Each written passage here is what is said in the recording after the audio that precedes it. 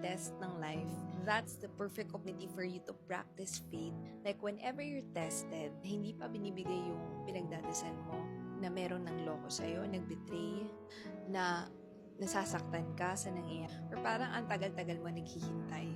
Tests are opportunities to strengthen your faith.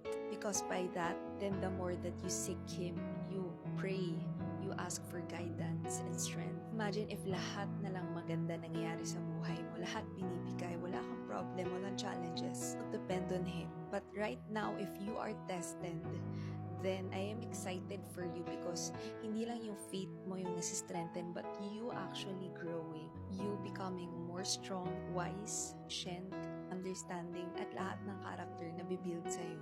Kasi natetest ka. And I hope if you're in your testing season, and I pray that if you are tested by now, sana wag ka mag-give up and wag mo siyang tignan na negative. In a negative way. In a negative way. Because after you surpass that test, for sure may blessing na kasama yan at maguguro ka ng sobra.